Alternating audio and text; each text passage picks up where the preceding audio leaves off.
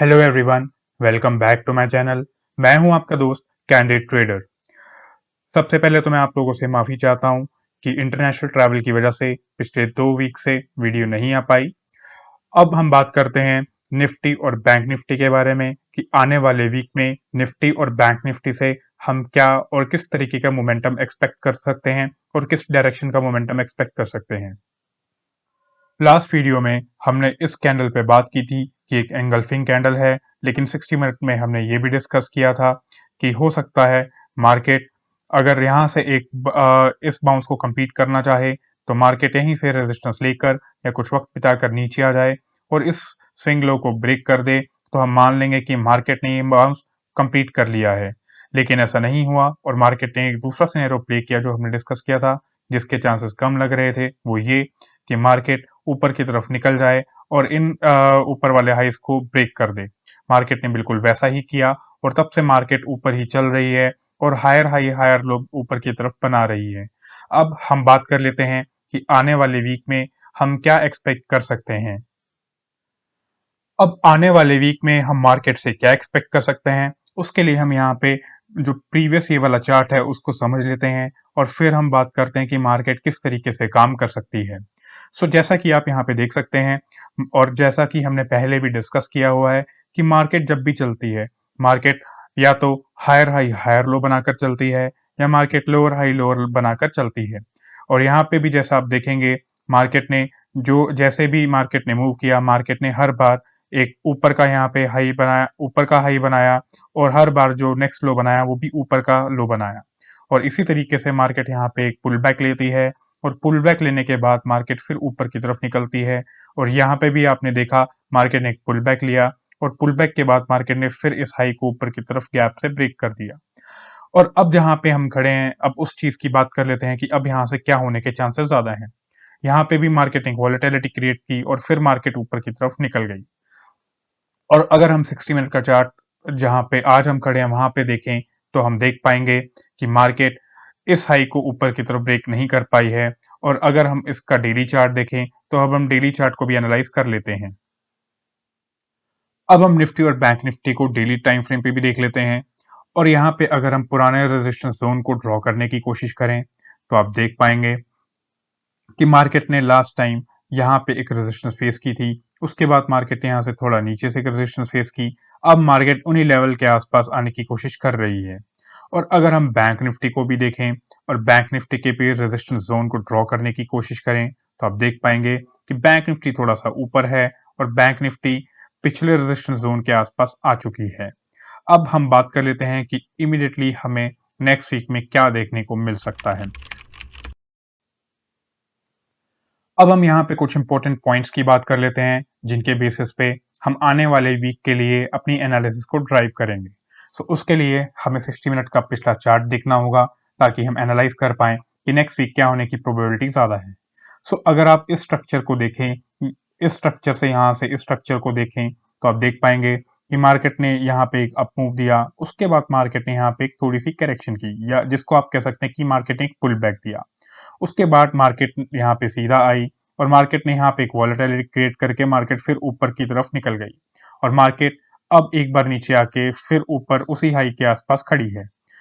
और अगर आप सेकंड पॉइंट को भी देखें तो अगर सेकंड पॉइंट को आप देखेंगे तो मार्केट की अगर आप आरएसआई को देखें तो 60 मिनट पे आरएसआई इस तरीके से है कि मार्केट हर बार ऊपर की तरफ तो जा रही है लेकिन आरएसआई के अंदर मार्केट ऊपर की तरफ नहीं बढ़ रही। और इस यहाँ पे भी अगर आप देखें, मार्केट ने इन लेवल के ऊपर से मार्केट ने इन हाइस को भी ब्रेक कर दिया है लेकिन आरएसआई नीचे की तरफ जा रही है।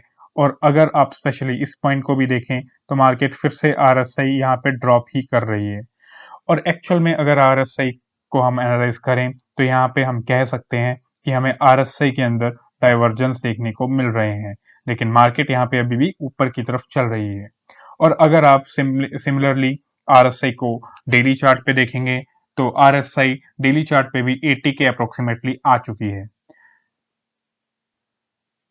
अगर बेसिक स्ट्रक्चर को और आरएसआई हम दोनों को देखें तो हम ये कंक्लूड कर सकते हैं कि मार्केट जब भी चलती है एक तो हायर हाई बनाकर चलती है और उसके बाद जब भी आरएसआई भी ओवरबोट होती है तो मार्केट आरएसआई को भी सही करते हुए चलती है।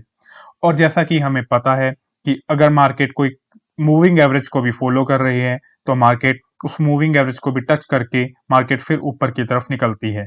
और यहाँ पे भी अब मार्केट जो 60 मिनट की 200 की मूविंग एवरेज है उससे भी दूर आ चुकी है, और जो हमने सारे फैक्टर्स आरएसआई के डिस्कस किए, मार्केट उनको भी यहाँ पे फॉलो कर रही है और यहाँ से भी मार्केट एक रेजिस्टेंस को फेस कर रही है।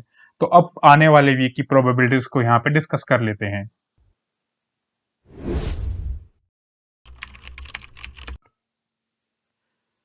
सो नेक्स्ट वीक में सबसे पहला सिनेरियो मार्केट ये प्ले कर सकती है, जो आइडियल तो नहीं है, लेकिन अगर मार्केट की कंटिन्यूटी देखें तो यही हो सकता है कि मार्केट आने वाले वीक में भी दोबारा फिर से ऊपर की तरफ बिना कोई पुल बैक लिए या बिना कोई करेक्शन किए निकल जाए। तो ये सबसे पहला सिनेरियो हो सकता है कि मार्केट फिर से बिना यहाँ पे कोई स्टॉपेज लिए या बिना पुल बैक लिए मार्केट ऊपर की तरफ कंटिन्यू कर जाए। और अगर हम यहाँ पे सिनेरियो 2 की बात करें तो यहाँ पे हम ये कह सकते हैं सिनेरियो 2 के अंदर हो सकता है मार्केट इस हाई को यहाँ से इस रेजिस्टेंस को एक रिस्पेक्ट दे और मार्केट नीचे की तरफ निकल आए और मार्केट थोड़ा सा पुल बैक देने की कोशिश करे और इन लेवल्स के आसपास मार्केट पुल बैक देके फिर से ऊपर की तरफ कंटिन्यू कर जाए। सो ये भी एक सिनेरियो आने वाले दिनों में हम देख सकते हैं, लेकिन इसके चांसेस अभी हम तब तक नहीं कंफर्म कर सकते जब तक मार्केट नीचे की तरफ इन स्विंग्स को नीचे की तरफ काटना शुरू नहीं कर देती। तब तक हम यही मानेंगे कि मार्केट एक बहुत अच्छे मोमेंटम में अप ट्रेंड के अंदर है और मार्केट ऊपर की तरफ ही चलती रहेगी। लेकिन हाँ, हम ये भी नहीं कह सकते कि अब हम इस जगह पे, क्योंकि ये ऐसी जगह नहीं है जहां पे हम एक नई अप मूव के लिए फ्रेश पोजीशंस को यहाँ पे बिल्ड कर सकें।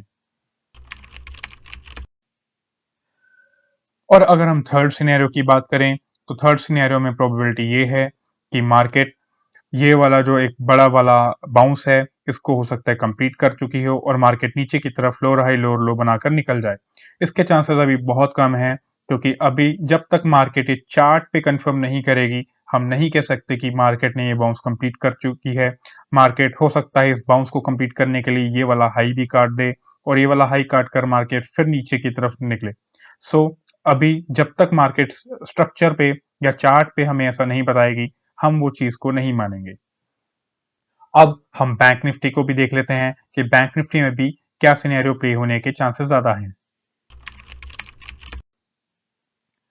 सो बैंक निफ्टी में भी अगर हम देखें तो बैंक निफ्टी में भी चांसेस ये हैं कि बैंक निफ्टी कंटिन्यूसली ऊपर की तरफ निकल जाए और सिनेरियो 1 तो बैंक निफ्टी में भी आइडियली यही बन रहा है।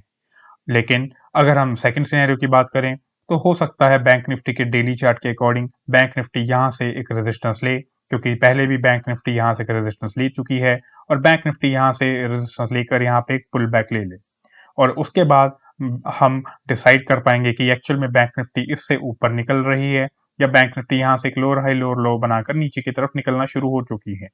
सो वो जब तक निफ्टी और बैंक निफ्टी उन तरीके के स्ट्रक्चर्स को नहीं फॉर्म करेंगी हम पहले कहना एक सही डिसीजन नहीं होगा कि ये बाउंस ऊपर की तरफ का कंप्लीट हो चुका है या नहीं।